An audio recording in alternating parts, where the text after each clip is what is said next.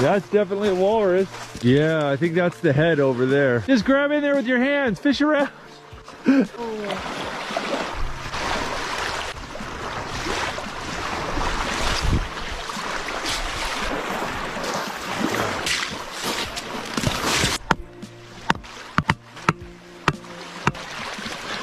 I think it came out a little. Nice. There we go. That's a walrus tusk right there. It's like hollow down to about there. And this part's all solid. Oh, that's heavy. Feels like that weighs 7 to 8 pounds.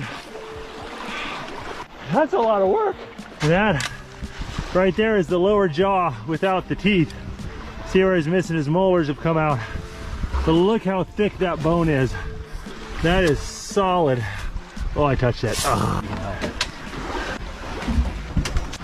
Mission accomplished. All right, got some